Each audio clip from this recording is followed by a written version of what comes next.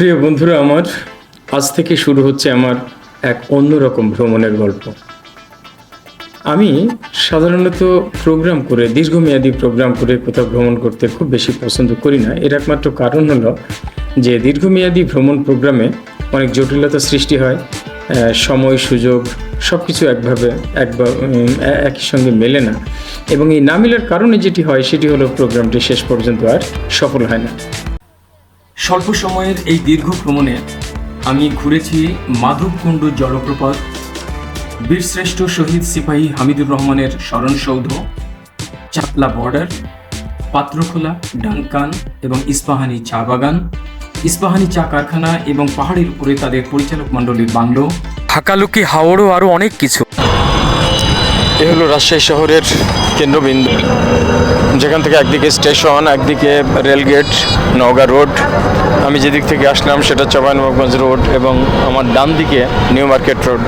সেই এলাকা ক্রস করে আমি এখন বাস স্ট্যান্ডের দিকে জার্নি করতে শুরু করেছি।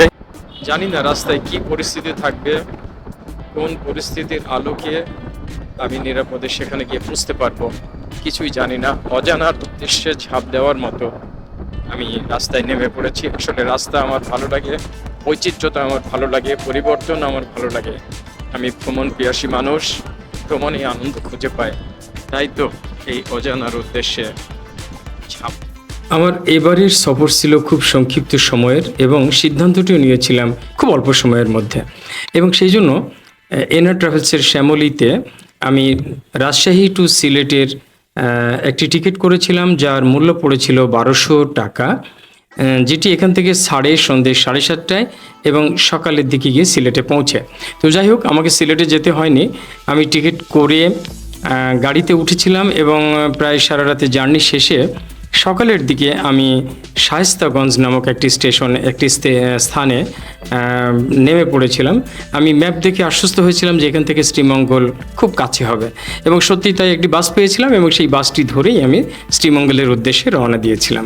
একটি ব্যাপার হলো, হঠাৎ করে নেমে পড়ে খুব ভালো করেছি বলে মনে হচ্ছে। কোন দিকে যাব জানতাম না, কিন্তু এখন যে জায়গায় এসে পৌঁছেছি সেটি হলো শ্রীমঙ্গল। কত কাঙ্ক্ষিত একটি জায়গা, কত সুন্দর একটি জায়গা শ্রীমঙ্গল। চা বাগান এবং প্রকৃতির লীলাভূমি বলতে গেলে যা বোঝায়, সেই শ্রীমঙ্গলে আমি এখন এসে হাজির হয়েছি। শ্রীমঙ্গল বাস স্ট্যান্ডে অবস্থান করছি। এই যে পিছনের যে বাসটি, এই বাসটিতেই আমি যাব এখান থেকে মৌলভীবাজার, এবং মৌলভীবাজার থেকে তারপরে আমি কোথায় ঘুরবো সেটি পরে চিন্তা করব। বাট এইটি হলো আমার বাস, এবং এই বাসে মৌলভীবাজারের উদ্দেশ্যে এখন রওনা দিচ্ছি কিছুক্ষণের মধ্যেই। শ্রীমঙ্গল দেখা হয়ে গেল, মৌলভীবাজার দেখব, এবং এরপরে কাঙ্ক্ষিত আরও কিছু জায়গা, বর্ডার এলাকায় যাওয়ার খুব ইচ্ছা আছে, কারণ ওই এলাকাটা দেখিনি।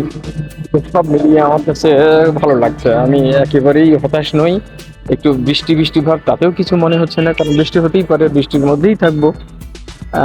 সব কিছুই ভালো লাগছে, কোনো কিছুই আমাকে কষ্ট দিচ্ছে না, কোনো কিছুই আমার জন্য মন খারাপের কারণ নয়।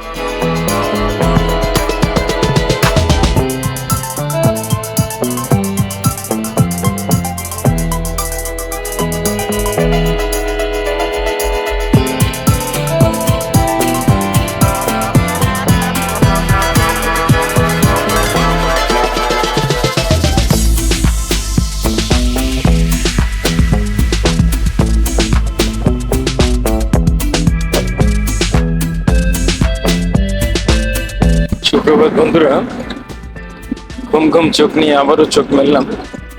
এই সৌন্দর্য না দেখে থাকতে পারলাম না। যদিও সারা রাতের জার্নির পরে বেশ ঘুমিয়ে পড়েছিলাম, ঝিমুনি আসছে বারবার করে, তারপরেও চোখ মেলতে বাধ্য হলাম।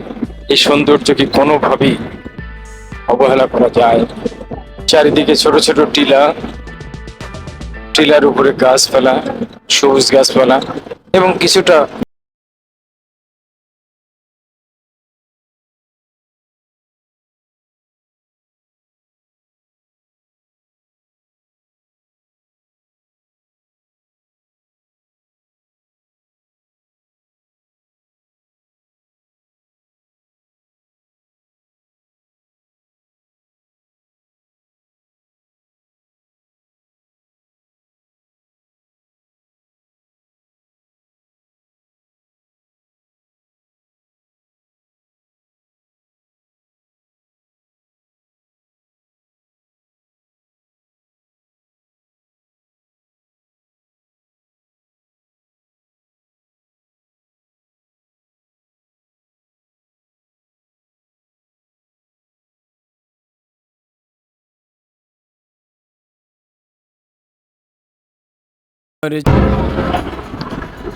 বোঝা যাচ্ছে এদিকে প্রচুর কাঁঠাল উৎপন্ন হয়।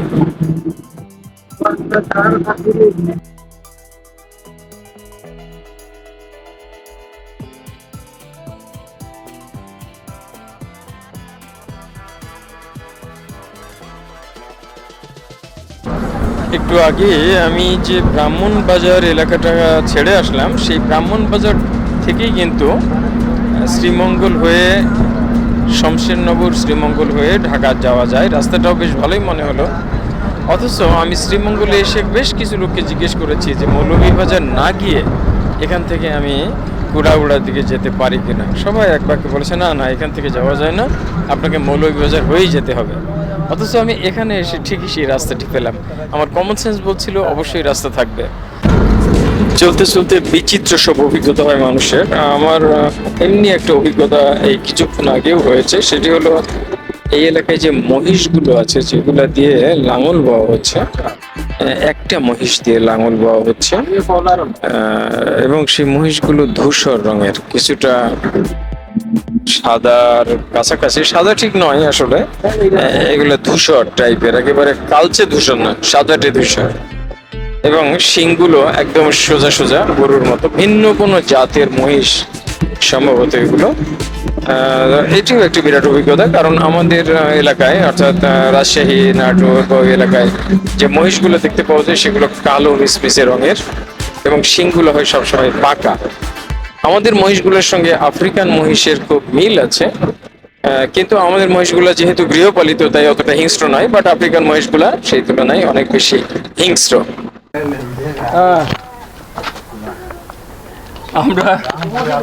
আমরা বেড়াতে বের হচ্ছি। এই যে আমাদের বিশাল গ্রুপ। দাদা হাই বলেন একটু। এই তো বের হচ্ছি আমরা। ফাইন, প্রকৃতিকে উপভোগ করতে। হ্যাঁ, আর এই যে আমাদের কন্যা, এই যে, হাই। হ্যাঁ, ঠিক আছে, বসেন।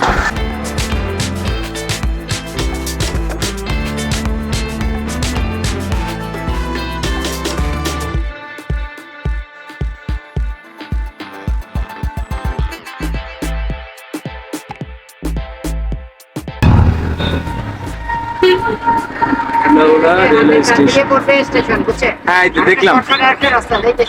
হ্যাঁ হ্যাঁ হ্যাঁ, হ্যাঁ হ্যাঁ হ্যাঁ, বুঝতে পারছি।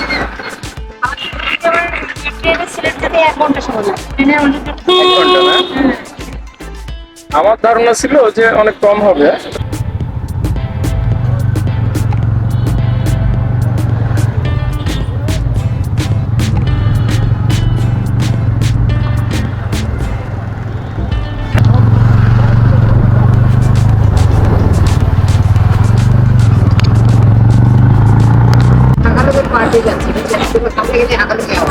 তাই? আচ্ছা, আমরা হাকালুকি হাওড়ের পাশ দিয়ে নাকি যাচ্ছি, সামনে গেলে দেখতে পাবো। আর আমাদের আজকের দ্রষ্টব্য বা গন্তব্য হলো মাধবকুণ্ড জলপ্রপাত। হাকালুকি হাওড়ের একটা অংশ আমরা দেখতে পাচ্ছি। হ্যাঁ, সামনে বিশাল একটি অংশ আছে আমরা শুনলাম। তবে এটিও চমৎকার লাগছে, কচুরি পানায় ভর্তি হয়ে গেছে পুরো এলাকাটা। আর এই যে সুন্দর রাস্তাটা, যে রাস্তার তুলনা করা যায় না।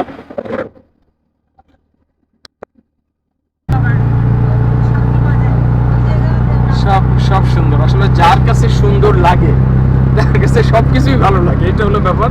যে দেখতে জানে, হ্যাঁ সেটাই বলছি, যে দেখতে জানে তার কাছে সব ভালো লাগে, আর যে দেখতে জানে না তার কাছে ওই সাজানো গোছানো জায়গাগুলো ছাড়া আর কিছুই ভালো লাগে না।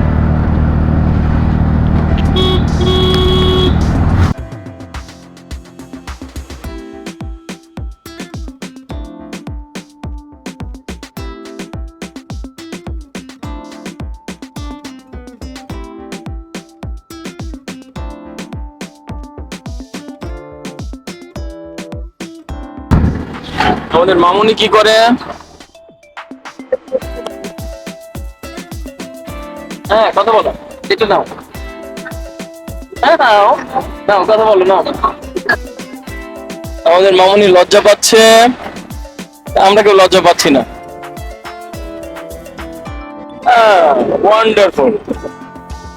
এই সেই বিখ্যাত হাকালুকি বিল, হাকালুকি বিলই তো বলেন নাকি? হাওড়, হাওড়। আচ্ছা, হাওড় আর বাউড়ের মধ্যে পার্থক্যটা কি? এই এলাকায় দুটাই আছে। এই হাওয়াটা বোতলটা হলো বড় বোতল, আর হাওয়াটা বাউড়টা ছোট। আচ্ছা।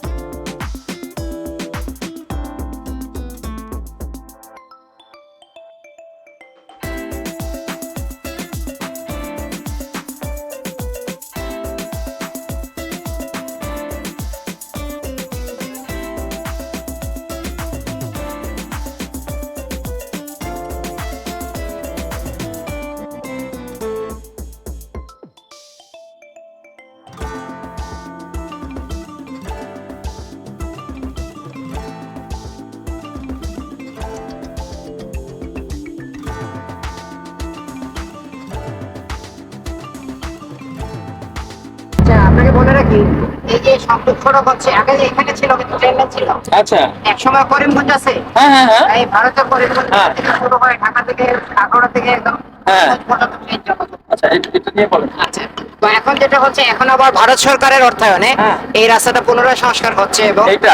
এই রাস্তা, এইটা দিয়ে আখাউড়া থেকে, অর্থাৎ তাদের, হ্যাঁ, আগরতলা থেকে শুরু করে, হ্যাঁ হ্যাঁ। পশ্চিমবঙ্গ থেকে শুরু করে, যে বিশেষ করে তাদের পণ্য পরিবহনের ক্ষেত্রে যে বিয়েগুলো যাচ্ছে, সব ট্রেন বাই পণ্য নিয়ে এখান থেকে চলে যাবে একদম করিমগঞ্জ।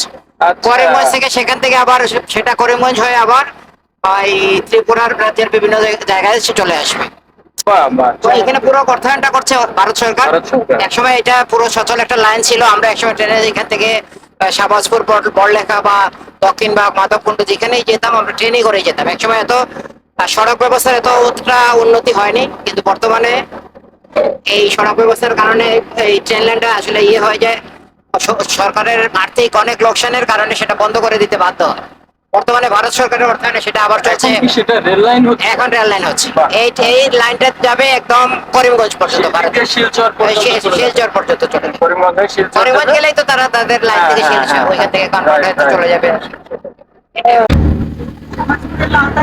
আমার প্রিয় দর্শক বন্ধুরা, বিশেষ করে আমার শুভানুধ্যায়ী এবং আমার প্রিয় শিক্ষার্থীরা, আমরা দর্শনের লোক হিসাবে গোবিন্দচন্দ্র দেব স্যারের নাম খুব শুনি, এবং বাংলাদেশের একমাত্র প্রথিতযশা এবং প্রাতিষ্ঠানিক দার্শনিক বলতে যা বোঝায় উনি ঠিক তাই। সেই গোবিন্দচন্দ্র দেবের বাড়ি, আমরা সেই বড়লেখা থানার ভিতরে অবস্থান করছি এখন। এখন এই বড়লেখা থানারই কোনো একটা জায়গায়, জায়গাটির নাম কি যেন? লাউতা, ইয়েস, লাউতা গ্রামে ওনার বাড়ি, বড়লেখারই একটি জায়গায়। তো আমার ভীষণ ভালো লাগছে, গোবিন্দচন্দ্র দেব স্যার বেঁচে নেই, কিন্তু তার বিদেহী আত্মার মাগফিরাত কামনা করছি, এবং এই এলাকাতে এসে তাকে স্মরণ করতে পেরে আমি নিজেকে ধন্য মনে করছি।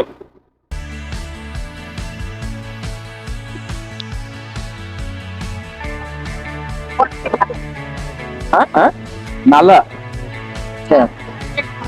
আচ্ছা, ভারত থেকে আসে। ভারত থেকেই তো আসবে, আসবে আর থেকে ভারত ছাড়া তো আর জায়গা নাই নদী আসার।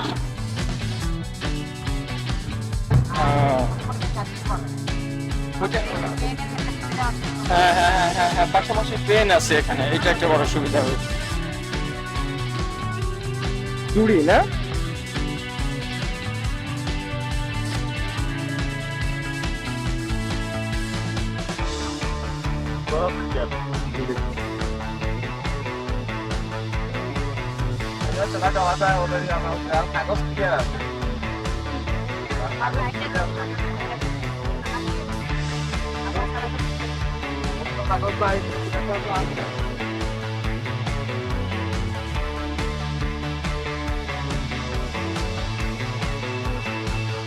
ওয়ান্ডারফুল। এই জায়গাটা খেয়াল করুন, উপর থেকে নিচ পর্যন্ত কি সুন্দর ঢালু নেমে গেছে রাস্তাটা।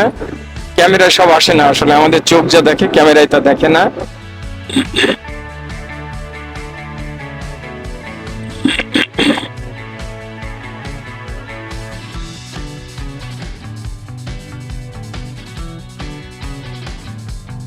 সুন্দর ছায়া ঘেরা ছোট ছোট জায়গাগুলা।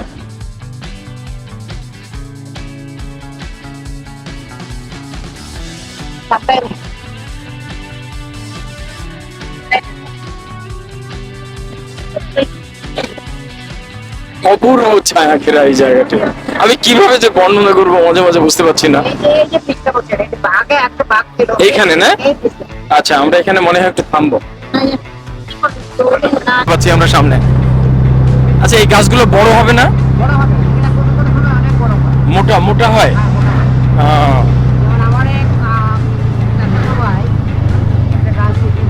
এই যে এগুলোও তো নিশ্চয়ই। হ্যাঁ হ্যাঁ হ্যাঁ, এই যে আগুনে।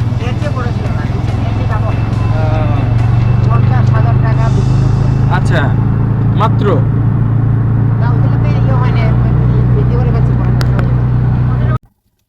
হ্যাঁ, আস্তে আস্তে আগান।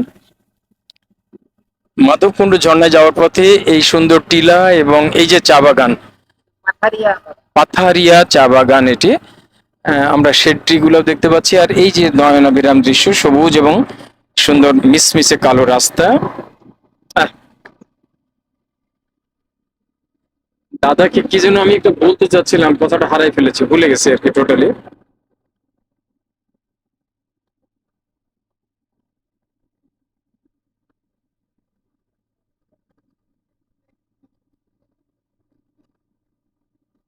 এরকম লোকেশনে যদি একটা ইন্টারন্যাশনাল ক্রিকেট গ্রাউন্ড করে দেওয়া যায়, হ্যাঁ, কি চমৎকার। এটা বিদেশে যখন হাইলাইটেড হবে, ক্যামেরা দিয়ে ছবি তুলবে, বলবে বাংলাদেশ এত সুন্দর।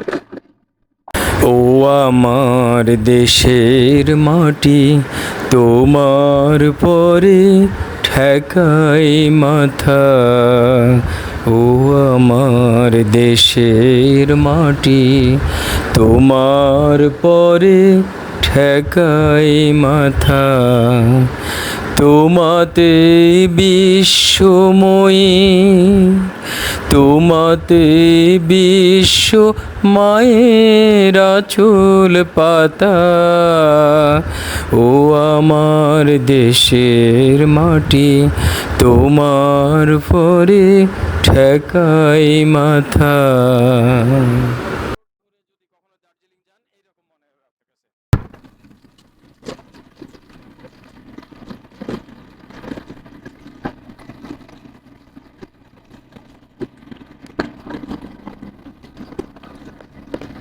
Field of view.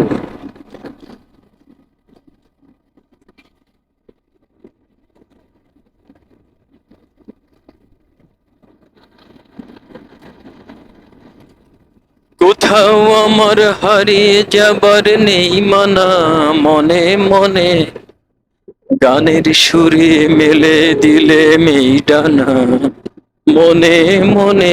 এই ভ্রমণের প্রথম পর্বের এখানেই শেষ করতে হচ্ছে। আর কিছুক্ষণের মধ্যে আমরা নেমে পড়ব এবং প্রথম পর্বটি এখানেই শেষ হয়ে যাবে। আমরা গেটে নেমে ভিতরে প্রবেশ করার জন্য টিকিট কাউন্টারে যাব এবং টিকিট কেটে ভিতরে প্রবেশ করব, যা আপনারা দেখতে পাবেন আগামী পর্বে। আগামী পর্বগুলো অনেক এক্সাইটিং হতে যাচ্ছে এবং অনেক সুন্দর সুন্দর জায়গা অপেক্ষা করছে আমাদের আগামী দিনে দেখার জন্য। আশা করি আপনারা সবাই আমাদের সঙ্গে থাকবেন। আমরা যেমন উপভোগ করেছি, আপনারাও তেমনি উপভোগ করতে থাকবেন। বেশ কয়েকটি পর্বে শেষ হবে আমাদের এবারের ভ্রমণ। আশা করছি প্রত্যেকটি ভ্রমণই আপনাদের জন্য অনেক সুন্দর এবং আনন্দময় হবে। হলো সিএনজি টোল প্লাজা স্টেশন, যেখানে 50 টাকা করে টোল দিতে হলো আমাদের এখানে।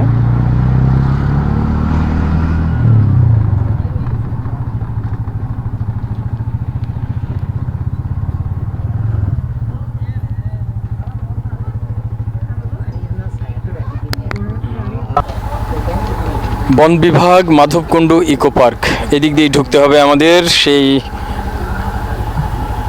লক্ষিত মাধবকুণ্ড ওয়াটারফলস দেখার জন্য।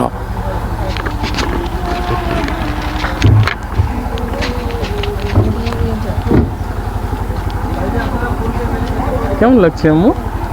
চলো, এই এইগুলো তো আমার কাজ। দাদা